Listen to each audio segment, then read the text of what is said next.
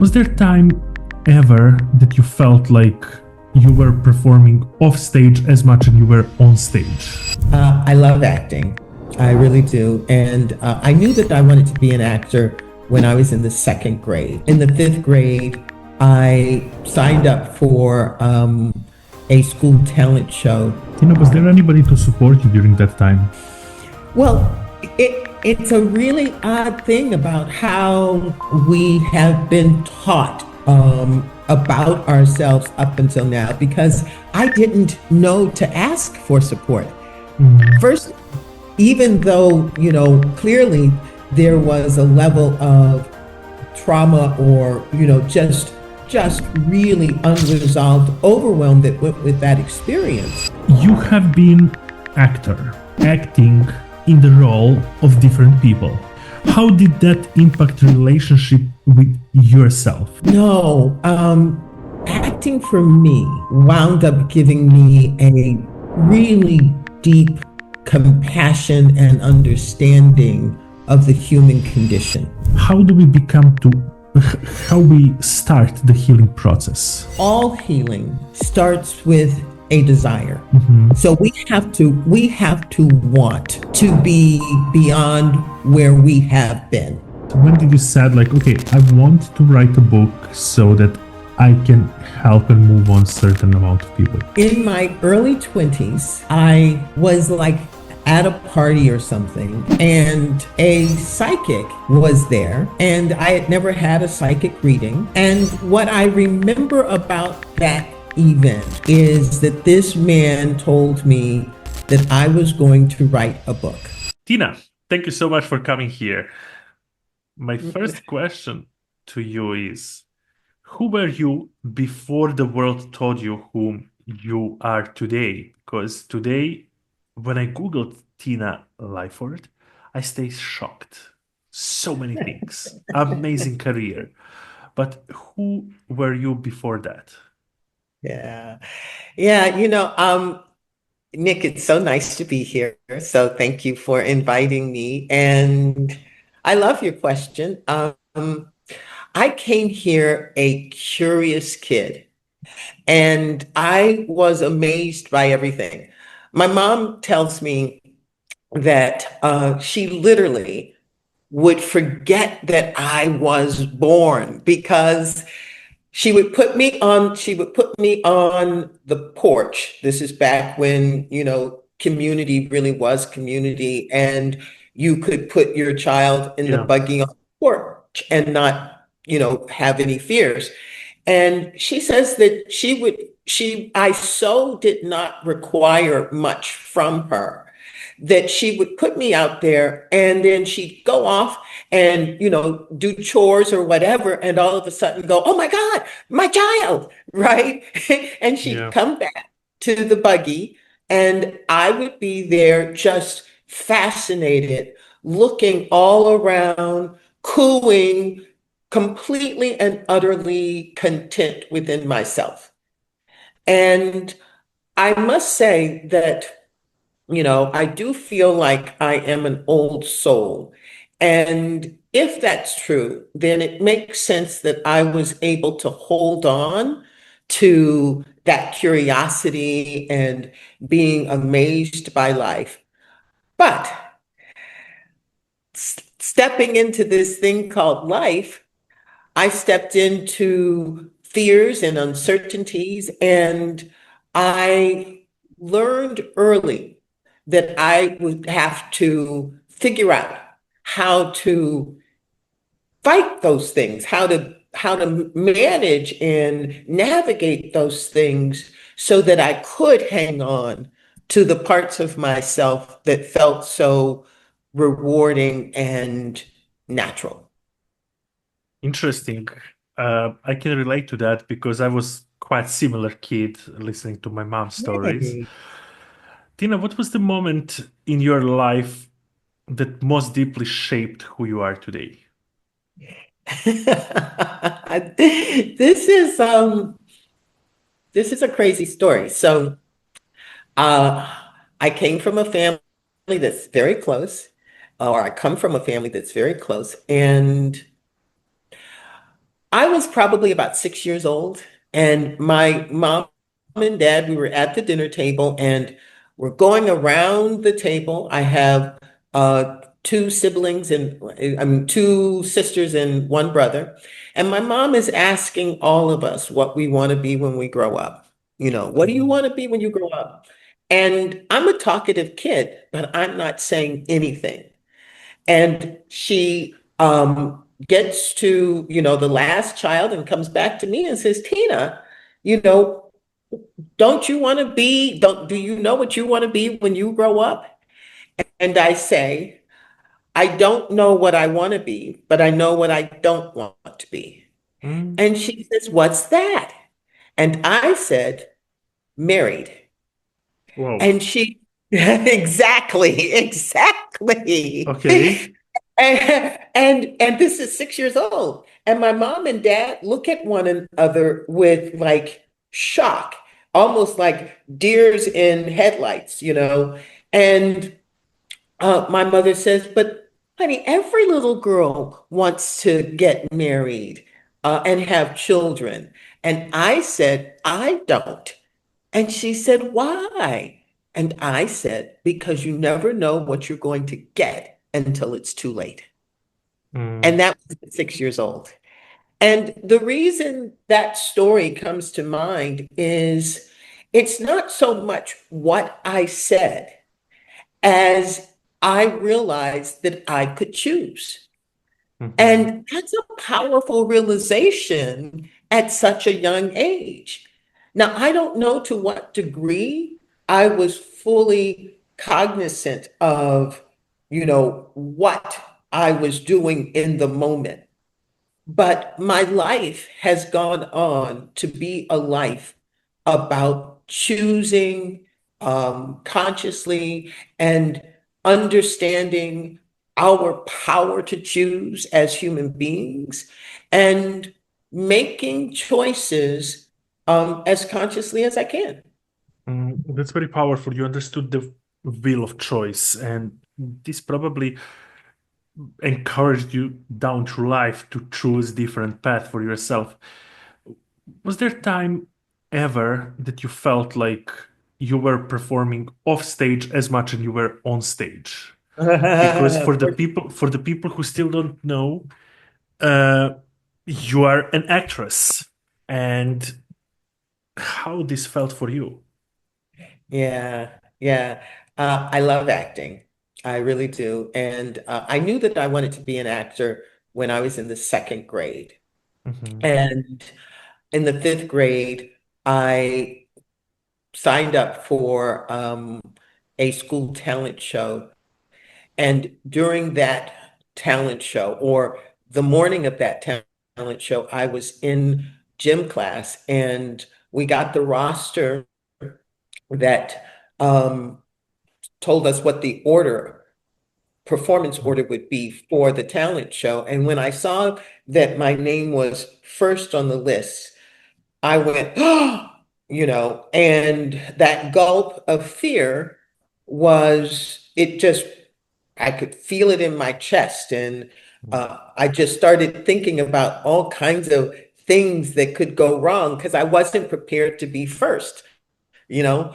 And I share that story to say, when I got onto the stage, hours later, like 2 o'clock in the afternoon, I stepped on stage, I started to sing the song Old John Henry, and then I froze. And I froze so completely that my teacher ultimately had to come and pick me up from center stage and take me off to the wings. Well, And the reason I share that story is that in my daily life, as I was forging ahead in a career, I would sometimes feel so overwhelmed, particularly around the audition process, that I would shake, right? But I pretended to have it all together. I willed myself to have it all together. The out-facing me looked cool, calm, and collected. The internal me was in overwhelm. And, Hmm. you know, in that I work with so many people now in terms of building emotional resilience, et cetera, I know that that is not uncommon. My experience is not uncommon, but I didn't know that. And so for a long time, I was like hiding this secret of Hmm. my overwhelm that could Living with happen. that. Tina, was there anybody to support you during that time? Well, it's a really odd thing about how we have been taught about ourselves up until now because I didn't know to ask for support. Hmm. First, even though, clearly there was a level of trauma or, just really unresolved overwhelm that went with that experience, I didn't experience the overwhelm for years later. You know, I didn't realize that Yeah. I had experienced a trauma that sort of embedded itself, and it was in my 20s when when it was ignited. So I didn't know that I needed help. And I think that that's Mm. what's interesting about the world that we've been in up until now with so little understanding of our emotional makeup. And, we live in a society that, teaches us to perform strength rather Hmm. than actually build it.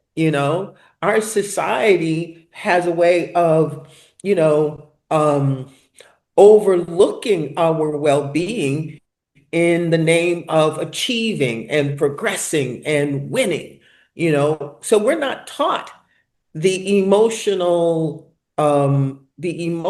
components of being whole. And so no, I didn't, but it Hmm. wound up being my path to the work that I do now.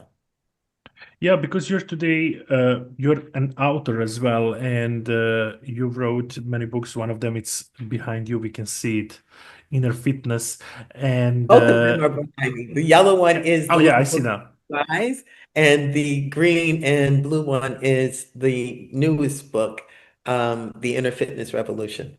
Yeah, and I want to ask you, like, you have been actor, acting in the role of different people. How did that impact relationship with yourself? Have you ever tried to pick some identity which you liked from some person you act and to say, this I can maybe become by the time? No, acting for me wound up giving me a really deep compassion and understanding of the human condition. Hmm. To be a good actor, I believe one has to be aware and have an acceptance and compassion for the complexity of the internal state, Hmm. that a human being has to navigate.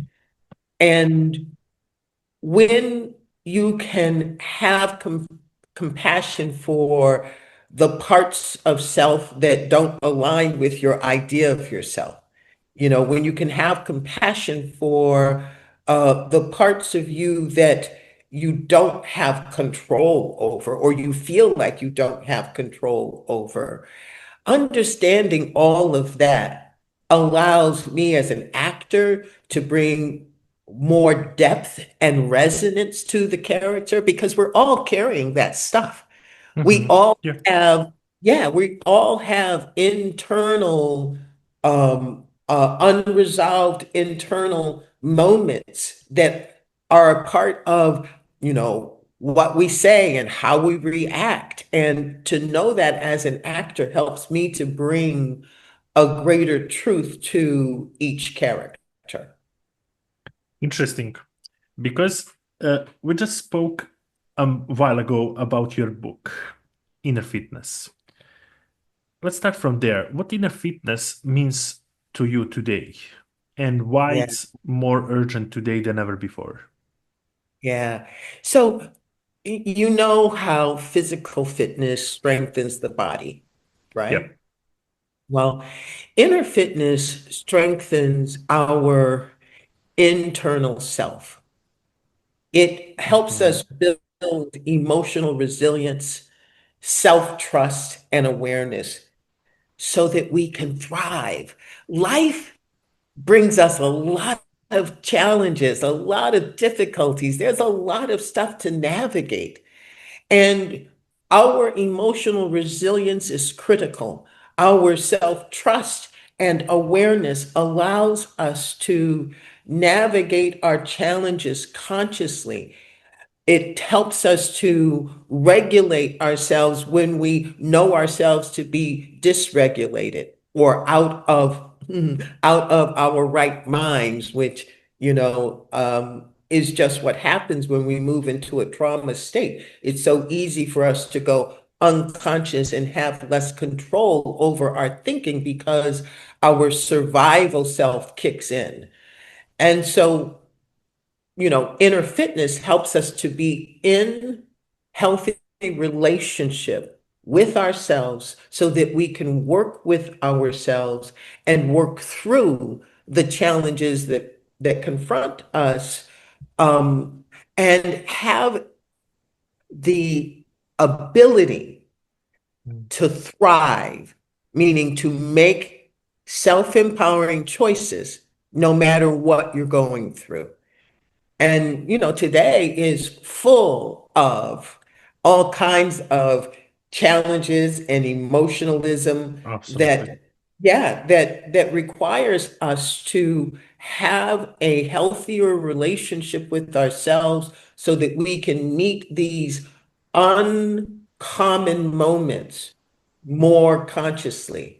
Now, I don't know, if you or your audience knows this, but you know, the brain, you know, first and foremost, the number one job of the brain is to keep us alive. Mhm. And Nick, that is such a powerful statement because that concern, the concern for our survival, Yeah. it it is greater than the concern for our happiness. It is greater than the concern for love. It is the fundamental default of the brain. Our survival is number one. And the brain has a lot of ways that it has developed to keep us safe in the name Yeah. of survival, Absolutely. right? Right? And a lot of those ways actually seem to work against us. Because one of the ways that the brain works to keep us safe is to keep us doing what we already know, even if what we already know is something we no longer want to do. Exactly. It's some kind of keeping us in our zone of comfort without us stepping up in uncomfort zone and doing something different. That's That's right. actually very well said. That's Tina, right. uh, what lie did you tell to yourself for the longest time, and how did it finally confront it when it comes to inner work, when it comes to inner fitness? Yeah. So gosh, the lie that I told myself all along the way, and sometimes even pops up now, is about my capability. When I stand in front of my dreams and desires and have no clue about how to achieve them. How do you become an actress on a 70-foot screen, next to Clint Eastwood? How do you do that, right? I Yeah. had no clue. So there were all of these desires that I had inside of me, but I had no information and no history to lean into. And so it is really easy to fall into a feeling of I can't, or I'm not equipped enough, or I don't know enough. Just some level of something is missing. And when I operate from or operated from the idea of something was missing, that there was my challenge was greater than someone else's challenge, or Oh, yeah.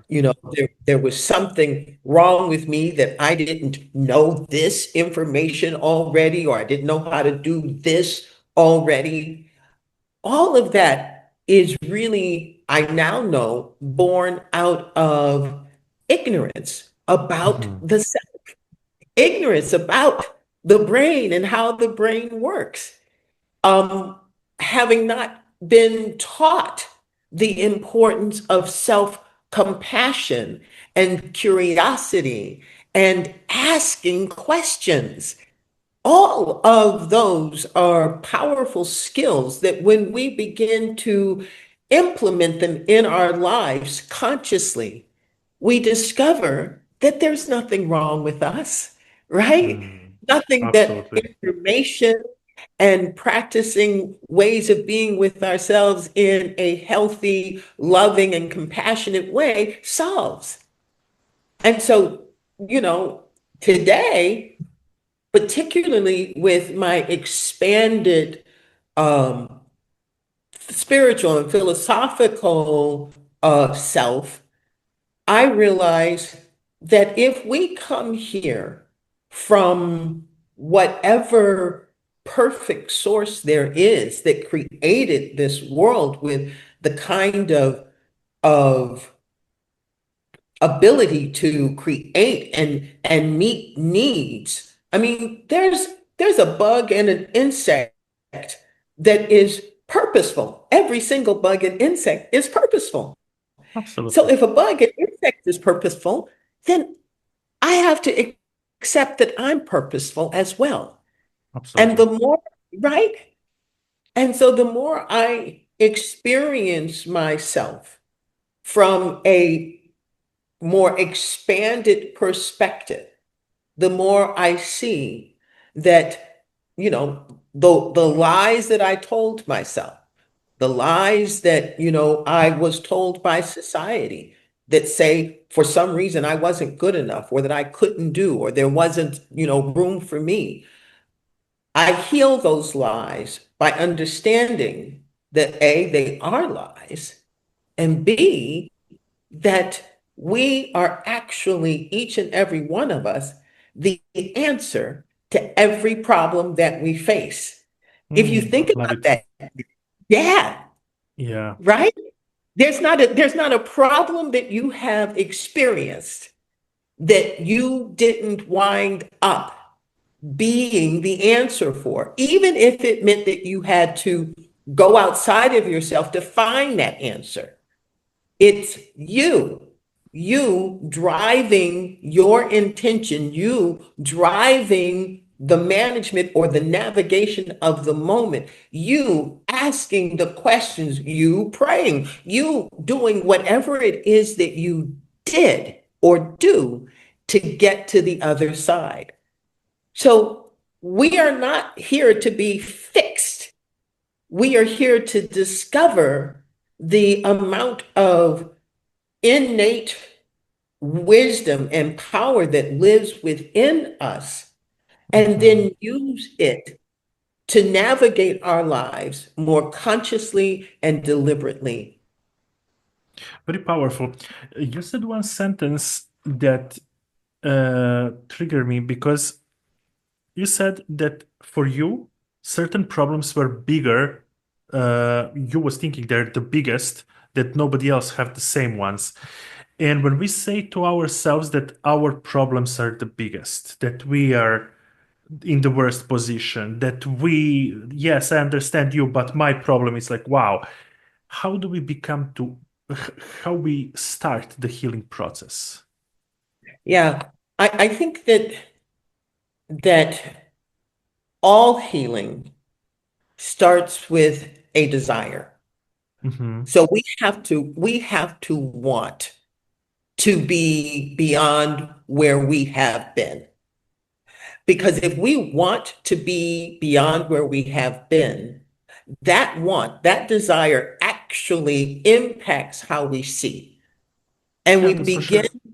yeah, and we begin to see rather starkly what we do that isn't what we want. And we see in the mind's eye, in our vision, in our imagination, where we want to be, what we want to do. And having those two visions is really important and critical because once you can see something, you can either change or you can navigate your way to it. So seeing is really important. But when it comes to thinking that our challenge is bigger than anybody else's, we are unconsciously doing two things. Unconsciously, we are fighting for our limitation. We are Hmm. literally in the moment when someone is saying, well, that's not so bad, or I have that experience, or I feel Mm. this way. We are going, no, no. But what you don't know is that Protecting. mine is even bigger. Mine Yeah. is even worse. And so in those moments, we are literally fighting for, deep digging our heels in for our limited perspective. And for us to be able to see that, a very simple action that we can take is, oh, wait a minute. I think that I'm arguing for my smallness. I'm arguing for my Mm. overwhelm. I'm arguing for my limitation. And when we see that at the Inner Fitness Project, we have lots of little prompts that help us navigate challenges. But a prompt that is really powerful that I learned in a course around spiritual psychology is the phrase up until now and from this point forward. So when we find ourselves doing anything that we are ready to leave behind, thinking in a way that we no longer want to think, doing, acting, and responding in ways that we want to leave behind, we apply this phrase. Oh, up until now, I've done that. Up until now, that's how it's been. Up until Mm. now, that's how I've thought. Up until now, that's how I've behaved. But from this point forward, it can change for the better. And when we say from this point forward, it opens up a sense of possibility and it leaves room for something more than this limitation that we have argued for. That's interesting because I want to ask you from your experience working with people, why so many high performers still feel unworthy or broken inside? And is this due to them suppressing their fears and emotions in themselves, not being able to say it out loud? Or is it pressure of society, pressure of being judged? What's the actually reason for that?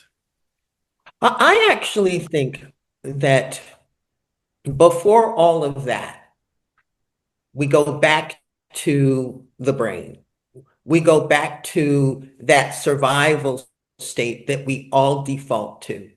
And in the work that I do at Inner Fitness, the Inner Fitness Project, we have a framework, and the framework allows us to see the greater range of who we are internally.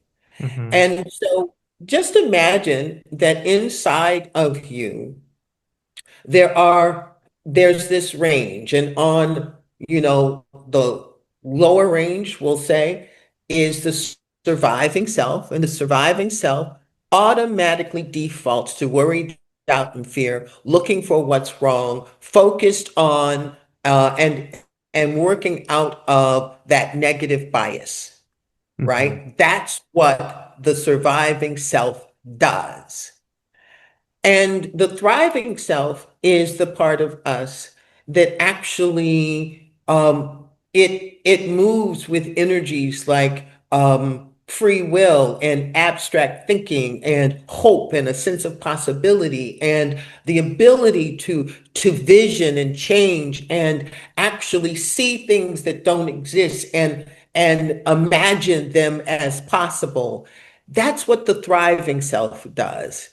And then the infinite self is that sort of background, the field that holds everything. And that field is perfect. That field has all of the intelligence and information and wisdom of the cosmos in it. And we are part of that. And so when it comes to that experience that so many people have of being what was the phrase that you use, an imposter, that Yes. imposter syndrome, right? The imposter syndrome is the surviving self not understanding or knowing that it has this higher range to us. And Mhm. so we wind up being caught in the densest, most restricted part of ourselves and not having access to, in a particular area, to the thriving or infinite part of ourselves. And we all have experienced ourselves like being super powerful in one area and then feeling not so powerful in another area. Mhm. When we feel super powerful in one area and then we see ourselves restricted in another area, it can leave us with the question of, well, how can I be free and powerful over here and over here be so restricted and limited? And that allows us to conclude that we must be, pretending. There must be some level of fraud happening inside of us. But I get it. the truth, Nick, is that the surviving self has become very comfortable with the narrative that it works from in that limited area. And we must begin to use our thriving self, the idea of what's possible, asking questions, getting curious, to be able to expand the surviving self beyond its comfort zone that winds up being our limitation. And I just have to tell you that I have to Go tell you ahead. this Go because ahead. it's really important to understanding this phenomena. Our brains think, somewhere between 12,000 and 60,000 thoughts a day, depending upon, there's different numbers that you'll find if you Google it, but we think a lot of thoughts. And 80% of that thinking is negative. Yeah. 95% of that thinking is repetitive. So if our tendency is to think negatively, and if we default to our surviving self, then it makes sense that when we are met with, the reality that over here we thrive and over here we are in survival mode, or we are failing, or whatever language you want to use, it makes sense that one would be confused, right? Yeah, and this is And very interesting topic. You yeah, said you said in one moment word thriving.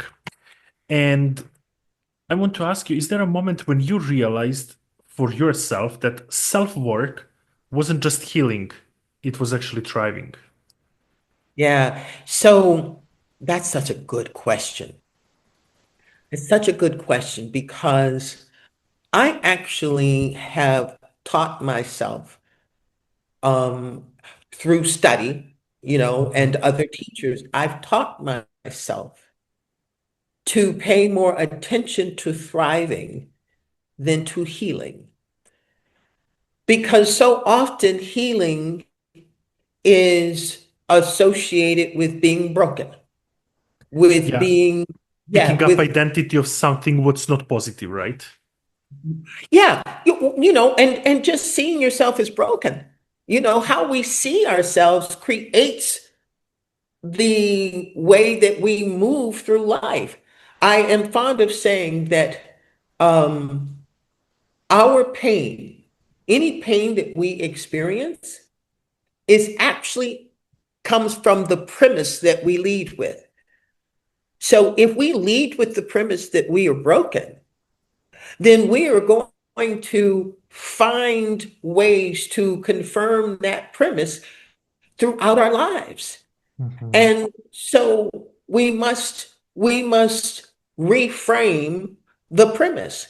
And if the premise is that we are whole, if the premise is that we have everything we need inside of ourselves to build the lives that we want, to move from where we don't want to be to where we want to be, if that wholeness and resilience is innate, now as we meet challenges, now as we, take our power back from the lies that we have been told or taught, we can do so from a sense of, well, all I have to do is return to my wholeness. That's a different journey than trying to fix what's been broken, to try and put the pieces of yourself back together. Mhm. Does that make sense? It makes absolute sense. And when you said that if you say for yourself you're healing, then you're picking up identity of somebody who is broken. If you say that you're thriving, you're picking up identity of somebody who is already about success and thriving. So you're aligning with what you actually want. And it makes absolute sense to me. But here is the thing. As an actor, when you did acting and you are entering different characters. How would you reflect that? And actually, to frame nicely, question is, what did acting teach you about the masks we wear in everyday life? Right. Ah, that's a great question. Thank you. Yeah. It taught me that everybody is wearing a mask at some point. For And sure. the only way that we experience more of our authentic self is to understand that we have been handed a mask and know when we are wearing the mask and be curious enough about our lives to question whether or not you want to continue to wear that mask. Mhm. Yeah, because when I did a podcast episode with Mark Bowden, and he told me, let's think about Nick, who you are right now speaking to me. And he said, take as a personality A. And how do you speak to your family? Take as a personality B. So who is the real Nick? And I thought, and he said, okay, don't brainstorm. It's the same. Both of them are you.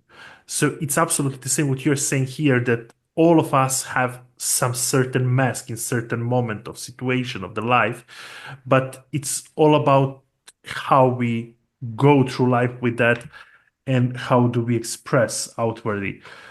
What I want to ask you is you played strong, complex woman on the screen. And how do you see your character as a mirror for society? Have you ever thought of, okay, I want to send a certain message to people as well, not just an acting role? So, my approach to acting is actually a lot like my approach to life and the work of inner fitness. First and foremost, I I want to be in relationship with people. I want Hmm. I want to communicate. I want to connect. And I find that the best way to connect is to bring a level of authenticity, because if I'm authentic, Mm-hmm. I'm going to discover that you and I are a lot alike, that no matter what, physical differences we might have, underneath the human condition is the human condition. And we all have fears, we all have hopes, dreams, and desires. And to the degree that I can be in honest relationship with myself, then Mm-hmm. I can not just, imbue a character with their real experience. I can Very leave good. room for what's real between us. I can leave room for myself to be more real and honest. And in doing so, I give permission to you to be more real and honest. Mm-hmm. Tina, do you think that entertainment industry, movie industry, nurture or numb emotional intelligence of its talent?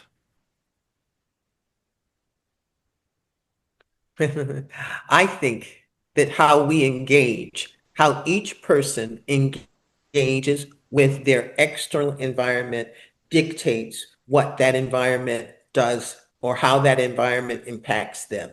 Love it. I think it's really important for us to know that we have the power to choose. That goes back to, the first To question, the point right? that answer is with us, right? Yeah, yeah. And you're in sales. We know that there are ways to manipulate, there are ways to steer and, create the result that you want. Yeah, But just because you have an agenda for my life doesn't mean that I have to say yes to it. I can absolutely. choose, right? I can choose what I watch on television. I can choose what information or environments I put myself through or in, right? I get to choose that.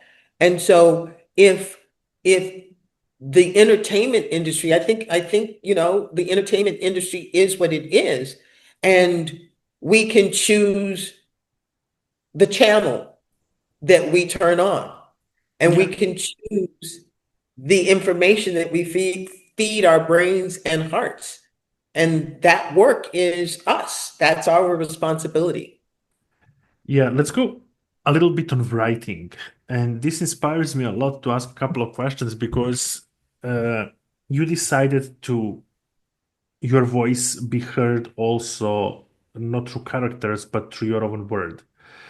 Can you tell me when did you decide that? When did you said like, okay, I want to write a book so that I can help and move on certain amount of people?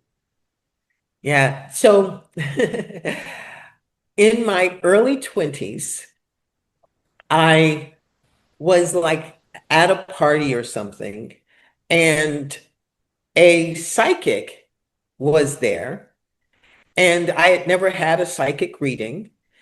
And what I remember about that event is that this man told me that I was going to write a book. Mhm. And prior to that, I hadn't envisioned myself as an author. You I never had did. desire? Yeah, I no, I would write poetry, and I would write my thoughts down, and an essay, or I did write, but I didn't see writing as a pathway or a career. And when this man said that, I chuckled because I didn't like take that in It as was though new that for you. it was new for me, but it also wasn't something that I was committed to, you know. Yeah.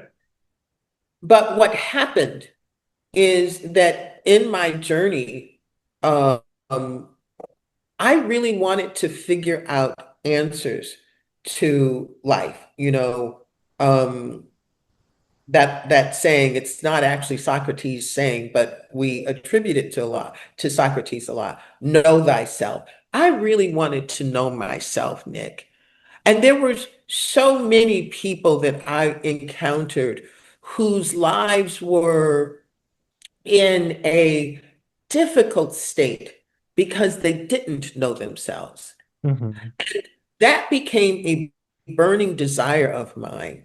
Like, as I started to figure things out and feel empowered and feel capable and feel elevated and feel comfortable inside of my skin, meaning that I could show up and tell my authentic self and not feel like I had to protect my ego or some image of me, that started to feel liberating.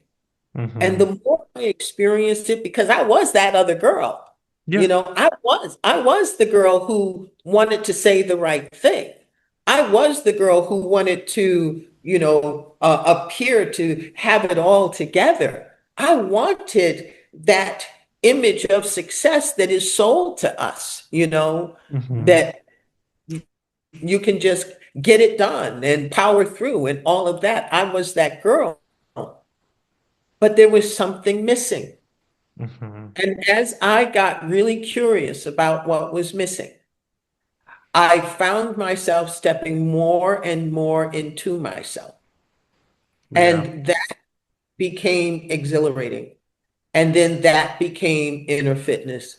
And now that is the work and the journey that I, champion and write about and teach at the Inner Fitness Project. That's interesting.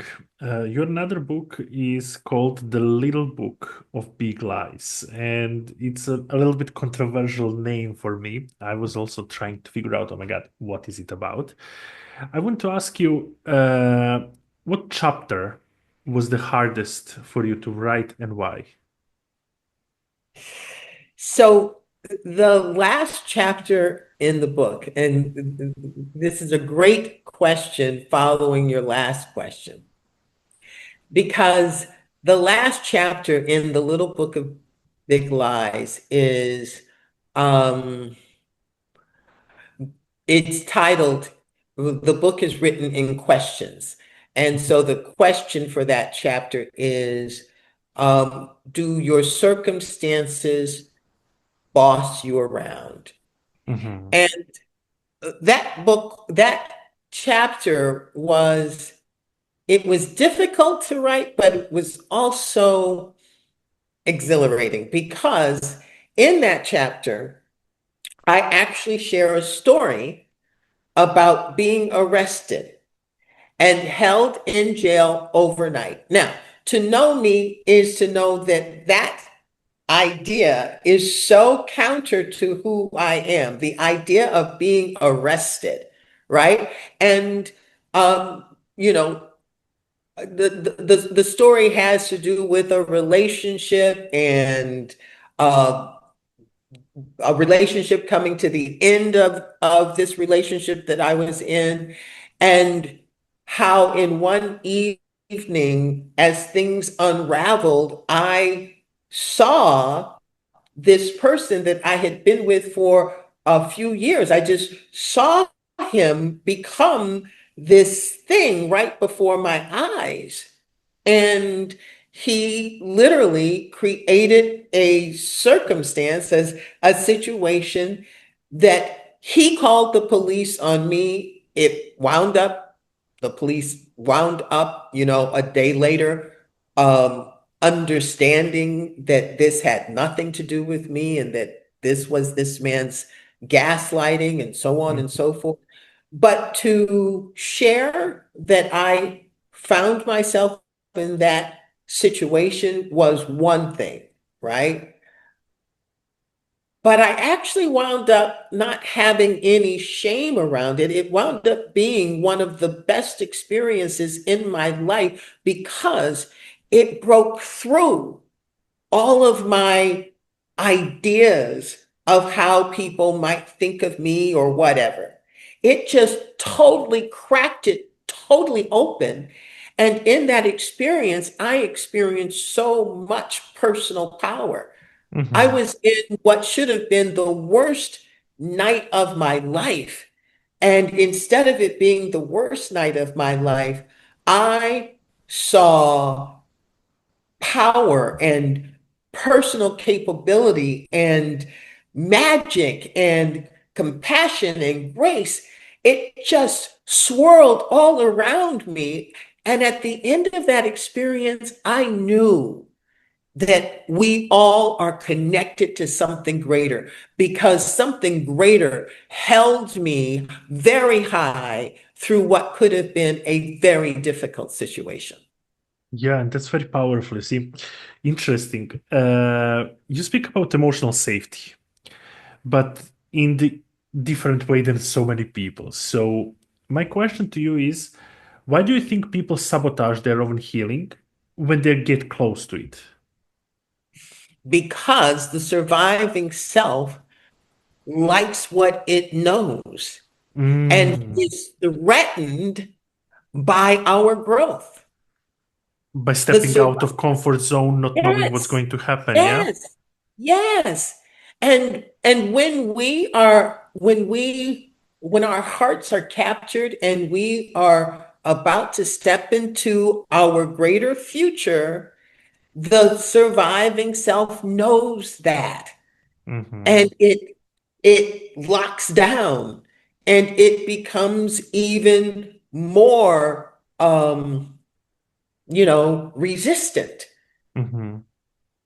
So when we feel like all of a sudden things are intensifying, look and see what part of you has made a decision to move forward, because that decision is creating this resistance.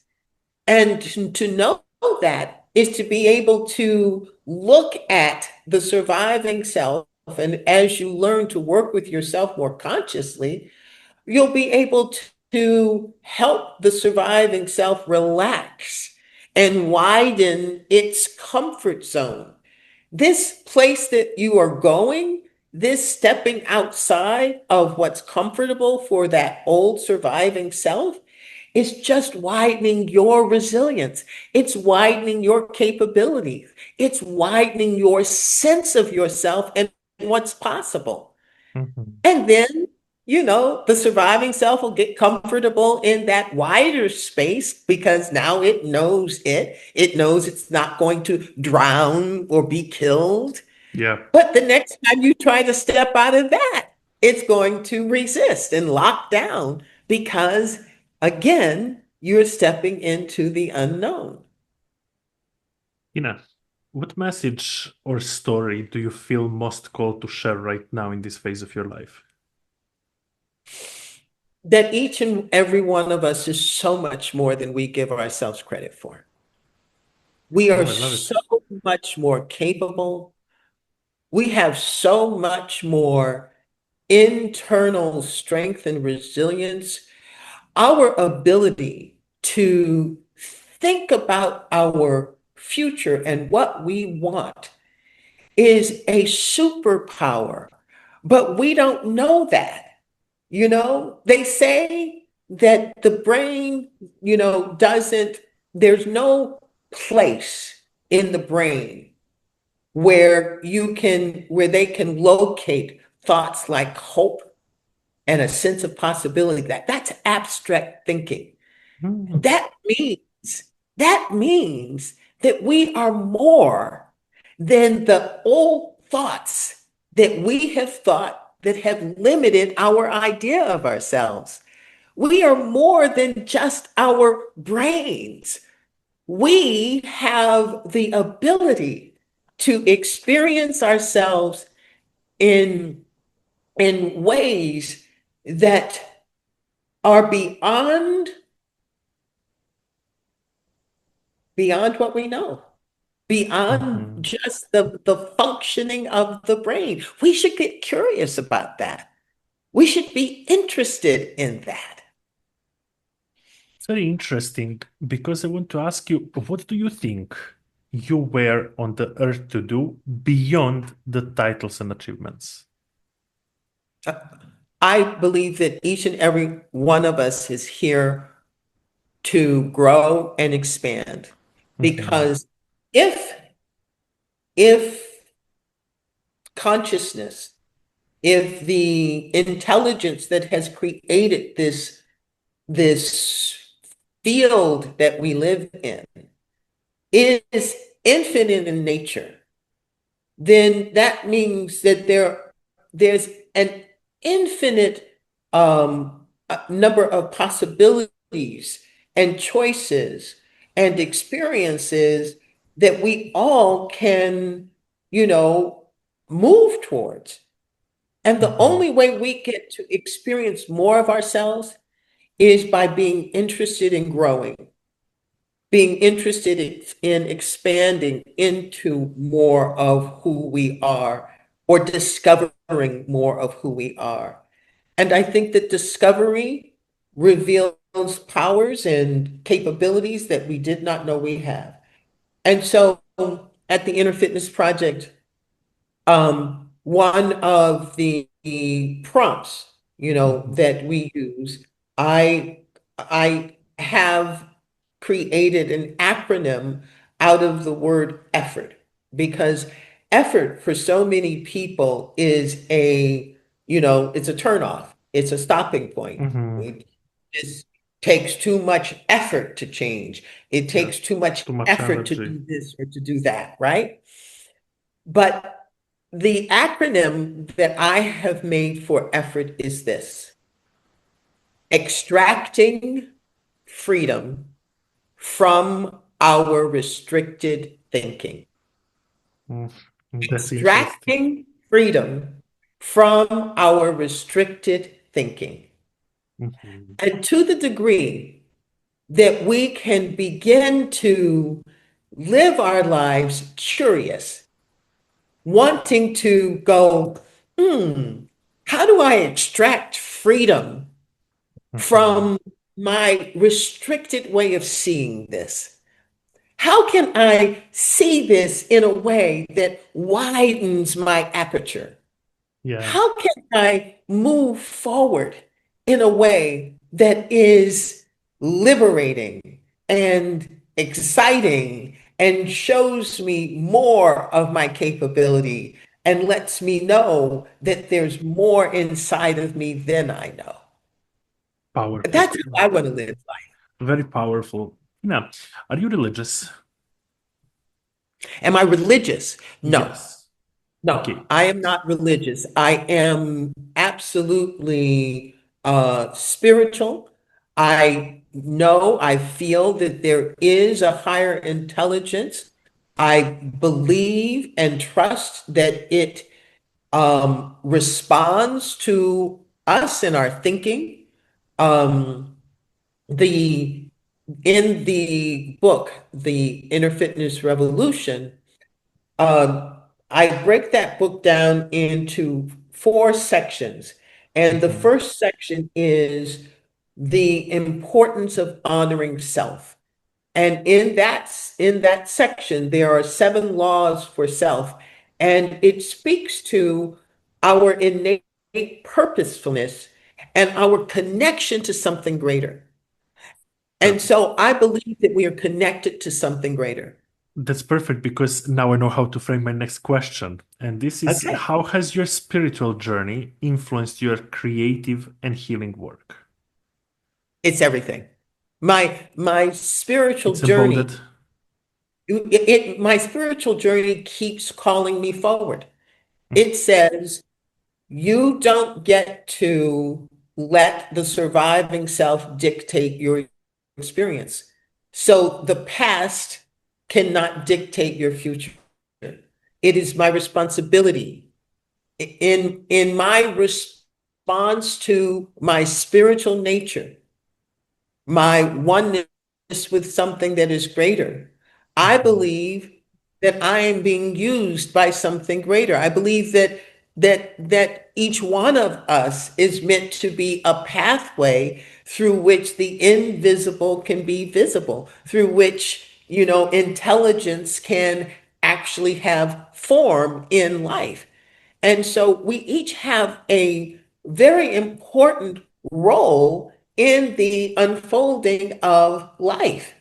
Hmm. And the seven laws of self that are in the inner fitness revolution actually set a standard for how we can um, work with ourselves and treat ourselves and see ourselves so that we can access more of that infinity that lives inside of us, that capability and power. And as we begin to understand ourselves, which is what, that second pillar in the book, it, allows us to address, the surviving self, thriving self, and infinite self, and understand that. And in understanding that, we understand more about who we are and what we're capable of. And I love it. so yeah, this work has me daring to want to be an actress when I know nothing about how to get there. It has me daring, to be an author and to wind up, with a two-book deal with HarperCollins and on Forbes best or must read list for 2021 with the Little Book of Big Lies. Um,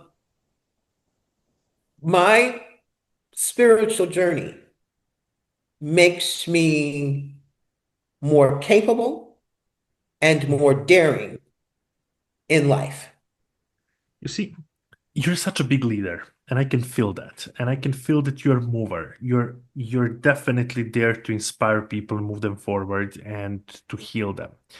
But I want to ask you, is there a moment, recent moment of vulnerability that remind you that you're still a human and that you as well are growing like all the people you coach and move forward? Absolutely. Absolutely. I am very connected to my humanness. Hmm. That's why I practice. It's like if you think about physical fitness, you know, the best coach. I mean, Arnold Schwarzenegger, in terms of his, physical prowess and physique, if he doesn't keep that effort going, he Yeah, absolutely. loses. He loses. So I am very aware of my humanness. I know that I will default to the survival instincts of my surviving self if I am not consciously practicing what it means to thrive. If I'm not consciously taking care of myself internally, I will default to the Hmm. base nature of me, which is the surviving self. I'm built to do that. And so I keep my challenges very close, you know. Um, in the Little Book of Big Lies, there's a chapter that says, I thought I was done with that. Well, we each have experienced over and over and over again thinking that we have managed some, emotional difficulty or some, upset that has recycled enough times that now we're done with it. Yeah, but in fact, But what I now know is that it will recycle. It will come around again. And when it does so that we can meet it from that higher, more healed or evolved place than we were the last time. yeah, with higher awareness, basically. Huh? With higher awareness Yeah, of. with higher awareness. And science says that science now is saying that life evolves, that black holes help the universe evolve. Mm. Black holes help the universe evolve. And when I heard that, I thought, wow, all of our challenges, all of our difficulties, Yeah, all of our black holes help are us meant evolve. Yeah. to And help us evolve. basically we're coming to that sentence that what doesn't kill you make you stronger in deeper understanding. Tina, is there any daily routine you're doing with yourself as an inner work, as an inner Yes. healing? How does it look like? Yes, yes, yes. So, I shared that the inner fitness revolution is broken down into four sections. The first is honoring self, and the seven laws of self create a standard for how we engage with ourselves. And then the understanding part, gives us an understanding of ourselves through the lens of the three selves, the surviving self, thriving self, and infinite self. And then at the core of the book, there are 14 practices. And those practices are the ways that we honor ourselves and understand ourselves. Mm. And so that's how I live my life. I have this awareness inside of me of how I should respond to myself, how I should treat myself. I have an understanding of the three selves. And then I have these practices that help me, the Little Book of Big Lies talked about the lies that we ingest and then carry with us in life and how we can be aware of those lies and their impact. And then the inner fitness revolution actually trades the lies, interrupts the lies with truth. So I have a little game that I like to play.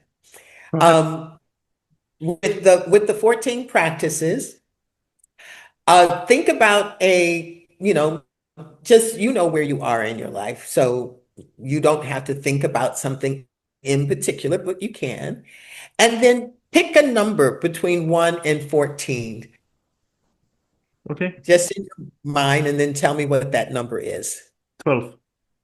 12. Okay. So, uh, practice number 12 says that I recognize that I am more than my thoughts or my feelings, and not every thought or feeling needs to be indulged. Hmm. So you get to, That's very powerful one. how does that land on you in terms of some aspect of your life? Or does that land on you in terms of some It aspect of your life? it absolutely does. I'm challenging myself daily, so it absolutely does. Yeah, yeah. And the thing is that we don't know, that these are interventions that we must bring to mind and heart, and that they can help us. That's the effort, that extracting freedom from our restricted thinking. That's the effort that is necessary for us to step into or step out of the surviving self and expand into more of who we are. Now, pick a number between 1 and 7, and I'll share with you what one of the laws of self are, to Mhm. make sure that you are practicing that law. Okay, let's go with number 5. Number 5. Oh, that's a very good one. The the self must be nurtured to thrive. Mm, So you that's must very be, true. huh? That's very Yes, true. yeah. And so you get to ask yourself, is there a part of your thriving self that you are not nurturing? Is there a way of seeing, if you go back to practice number 12, that says that you are more than your thoughts and feelings, and not every thought or feeling needs to be indulged? Are you pouring into the thoughts that hold you small, or pouring into thoughts and feelings, or letting go of thoughts and feelings that can expand you into your power? Yeah, that's very deep and powerful. Thank you for this. This is amazing. Tina, I have one more question for you. Okay. If the younger Tina were sitting across from you right now, what would you say to her? That not only I would thank her for realizing so early that she could choose. Mhm. I would thank her for that. And then I would tell her that what she taught me was that I could choose over and over and over again. I can choose and I can re-choose. And there's never a point where I am left without the ability to make a self-empowering choice. Fabulous. Tina, thank you so much for this conversation. This is really deep and thoughtful, and I really enjoyed. Thank you so much. Well, thank you so very much. I have enjoyed you. And yeah, it's I you can tell that I'm passionate about the conversation